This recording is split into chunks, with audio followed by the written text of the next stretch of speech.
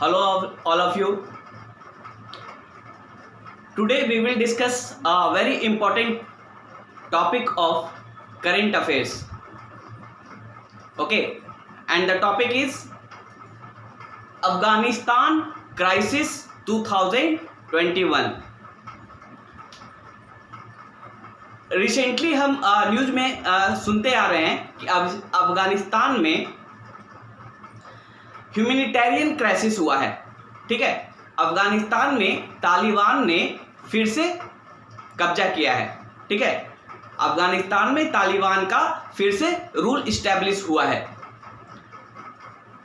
ठीक है, तो इन सारी जो ह्यूमैनिटेरियन क्राइसिस वहाँ हुआ है, बहुत सारे लोग वहाँ से माइग्रेट होने लगे हैं due to the fear of Taliban.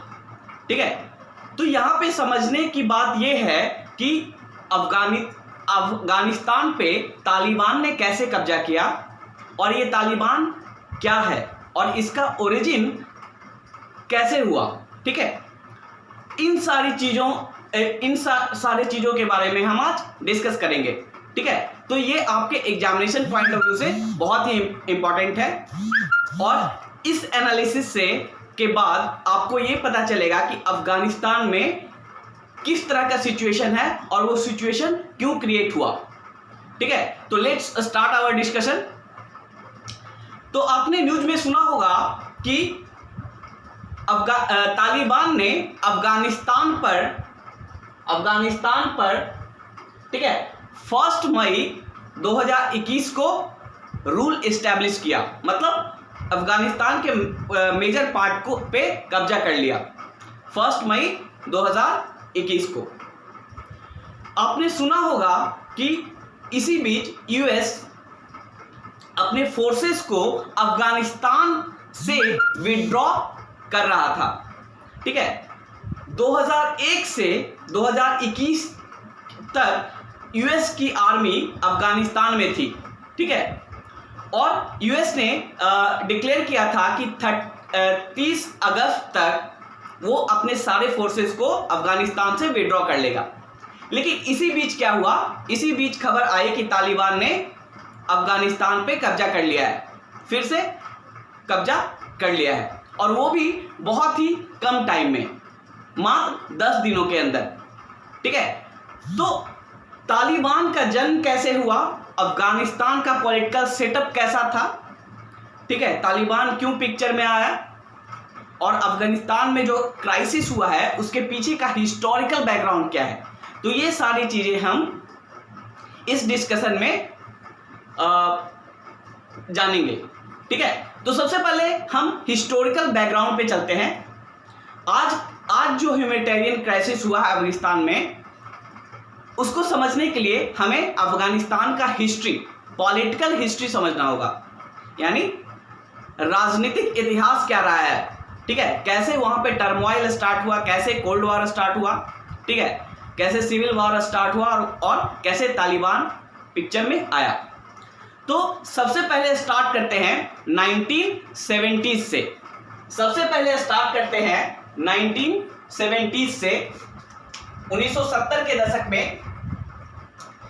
तो 1970s में क्या हुआ कि अफगानिस्तान में जो पॉलिटिकल ऑर्डर था, राजनीतिक जो ऑर्डर था, राजनीतिक जो सिस्टम था, वो ब्रेक डाउन होने लगा।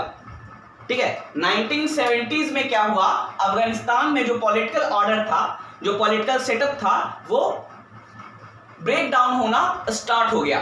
ठीक है, कुछ इंटरनल कॉन्फ्लिक्ट्स के कारण ब्रेक डाउन होना स्टार्ट हो गया।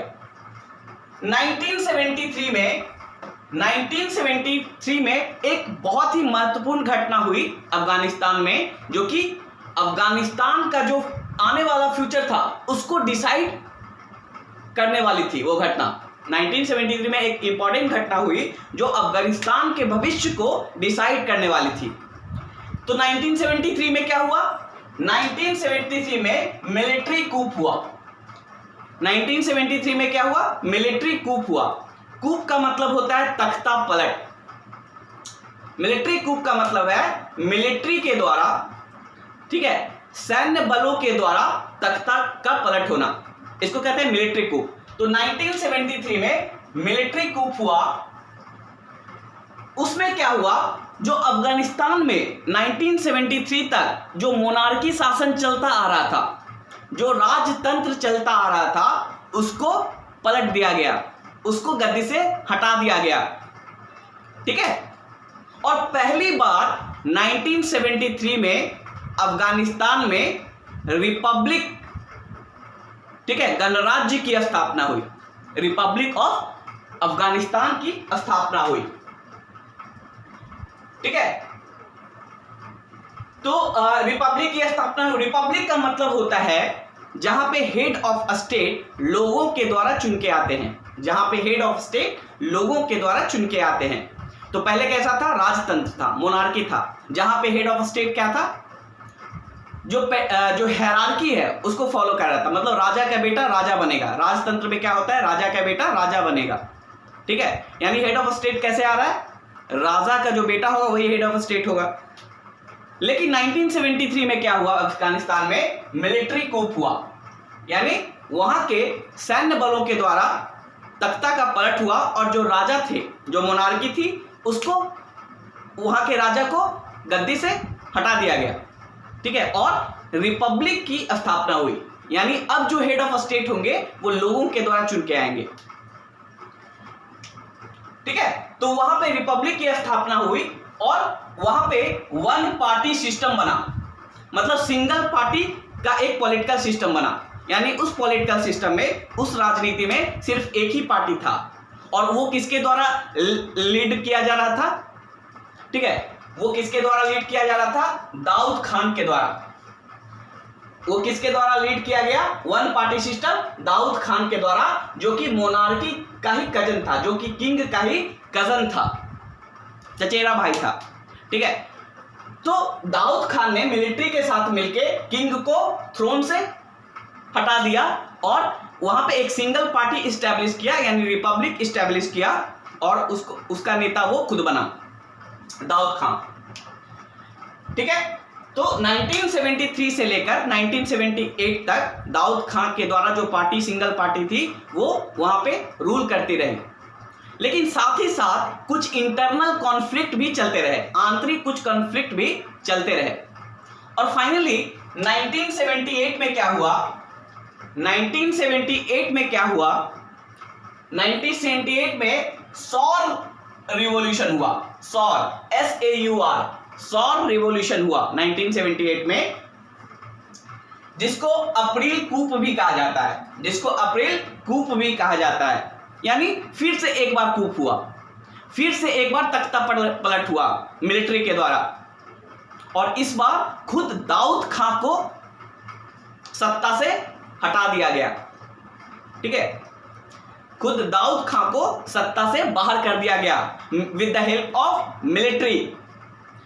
तो फिर से एक बार 1978 में फिर से एक बार कूप हुआ, जिसे अप्रैल कूप कहा जाता है या फिर उसी को सौर रिवॉल्यूशन कहा जाता है।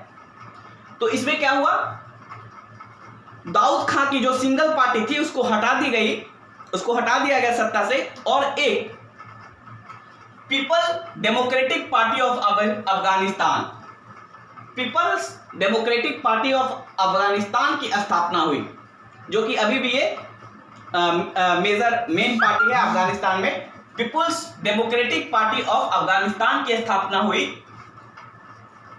ठीक है। और इस पार्टी ने दाऊद खान को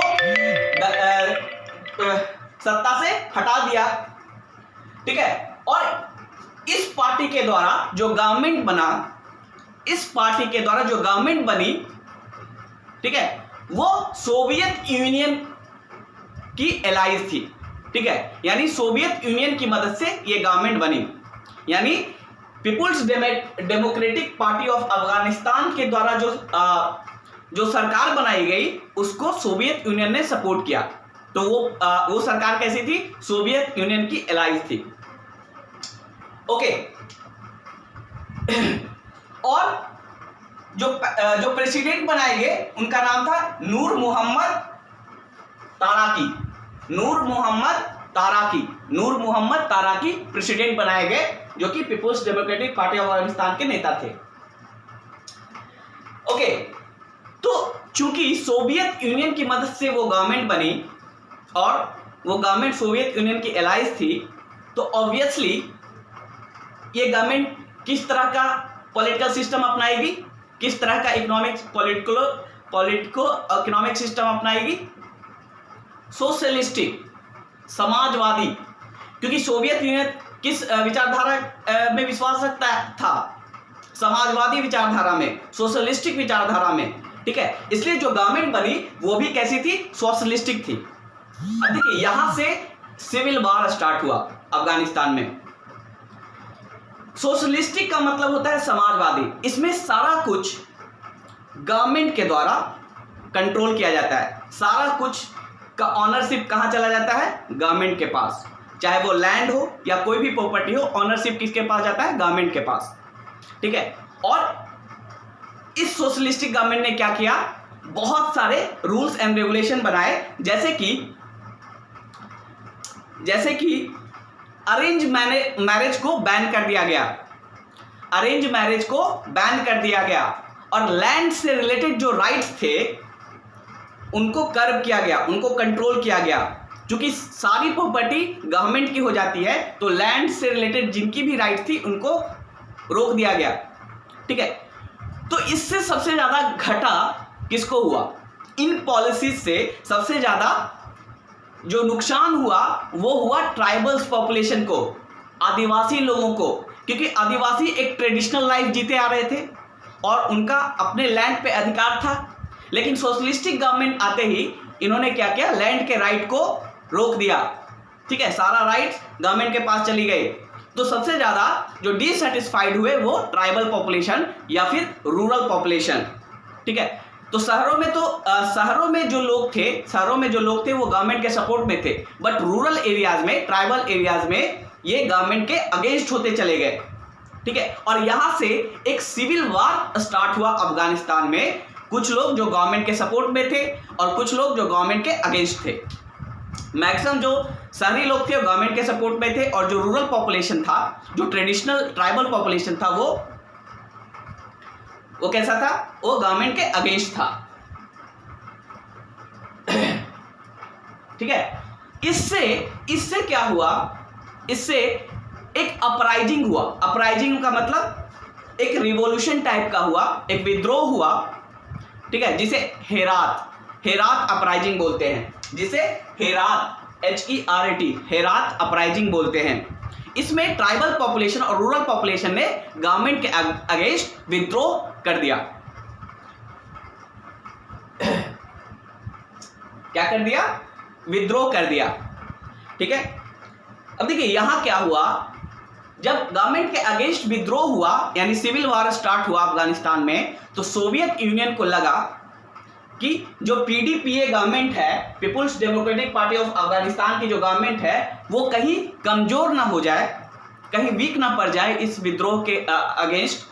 तो सोवियत यूनियन ने मिलिट्री इंटरवेंशन करने का डिसीजन लिया।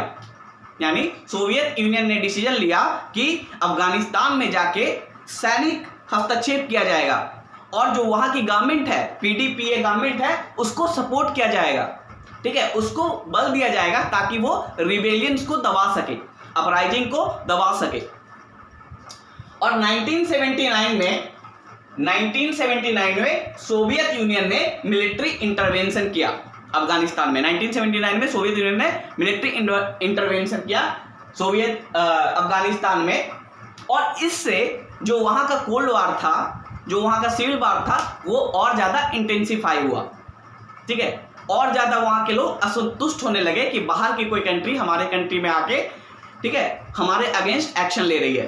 तो वहां के लोग और ज्यादा डिससेटिस्फाइड हुए। ठीक है, हुआ यूं कि जो PDPA गवर्नमेंट कैसे थी? सेकुलर थी और सोशलिस्टिक थी। ठीक है, धर्मनिरपेक्ष थी और समाजवादी थी। तो वो सिटीज को कंट्रोल कर रही थी।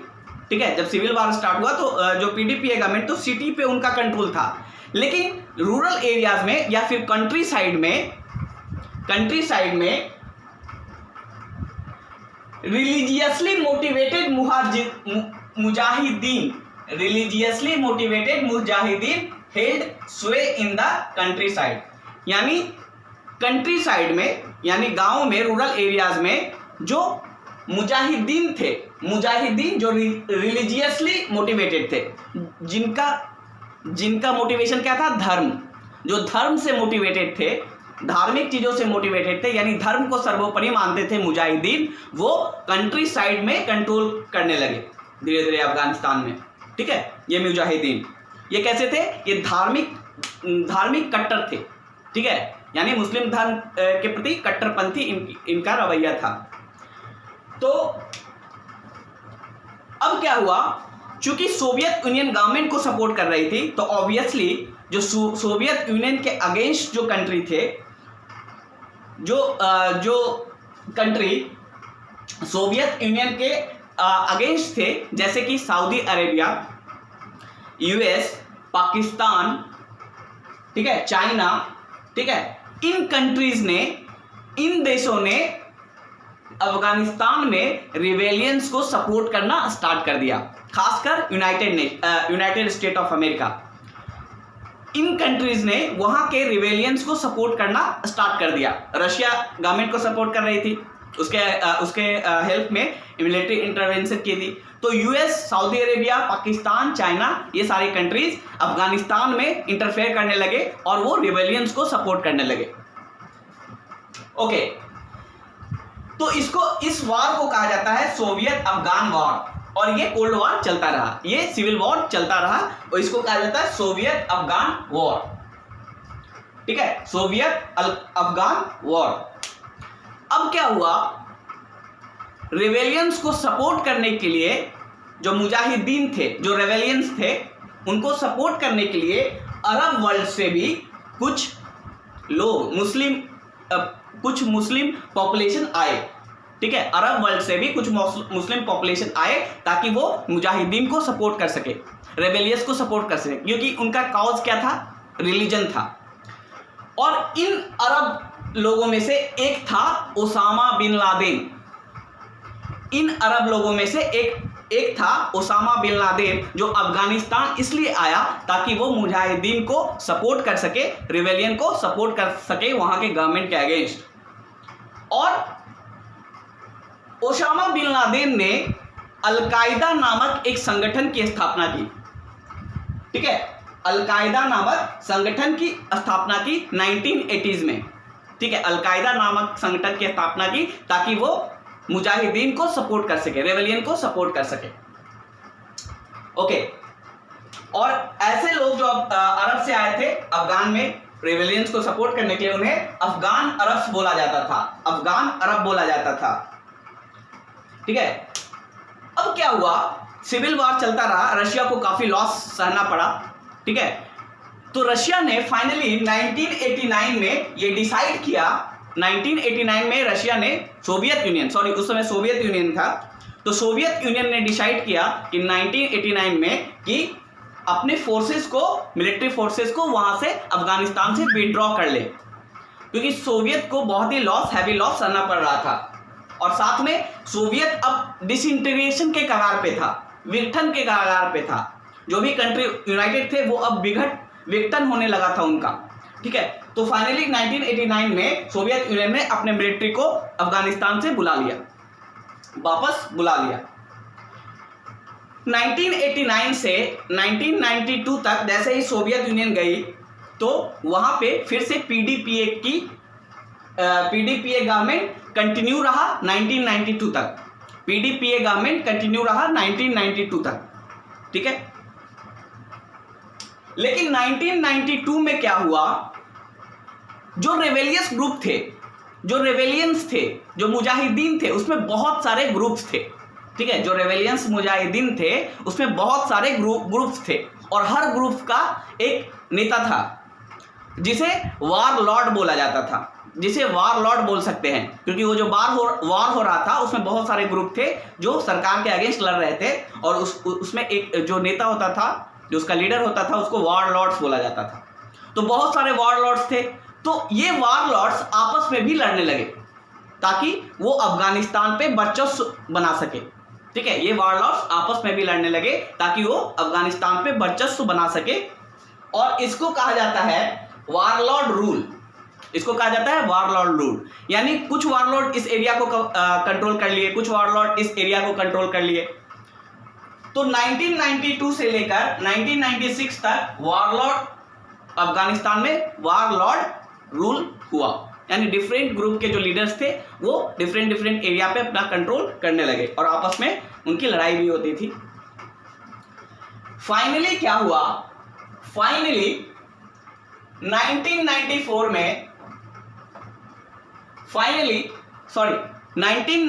में क्या हुआ, एक इंपॉर्टेंट घटना हुई जिससे कि तालिबान का जन्म हुआ। 1994 में पाकिस्तान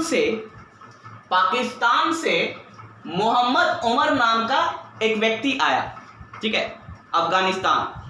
1994 में पाकिस्तान से मोहम्मद उमर नाम का एक व्यक्ति आया अफगानिस्तान, जो कि पाकिस्तान के मदरसा में जिसकी पढ़ाई हुई थी, और वो स्ट्रिक्ट शरिया रूल को फॉलो करता था। और उसने 1994 में तालिबान मूवमेंट स्टार्ट किया। और उसके जो अनुयायी थे, जो फॉलोअर थे, उनको तलीबी कहा जाता था, तालिबी,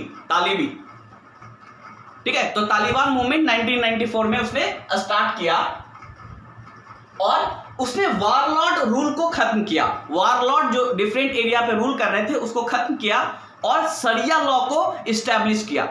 शरिया का मतलब होता है मुस्लिम में कुरान से रिलेटेड लॉ होता है, शरिया लॉ, ठीक है। तो शरिया लॉ को इस्टेब्लिश किया, ओके। और फाइनली 1996 में 1996 में फाइनली तालिबान जो मूवमेंट स्टार्ट हुआ था, तालिबान एक ग्रुप बना, तालिबान एक ऑर्गेनाइजेशन बना, और तालिबान का 1996 में तालिबान का कब्जा हो गया, कहां पे, अफगानिस्तान पे। और वहां पे तालिबान ने Islamic emirates of Afghanistan establish किया। Islamic emirate of Afghanistan, Islamic emirates of Afghanistan establish किया 1996 में। और इस तरह से तालिबान का कब्जा हो गया अफगानिस्तान में 1996 में। अब देखिए,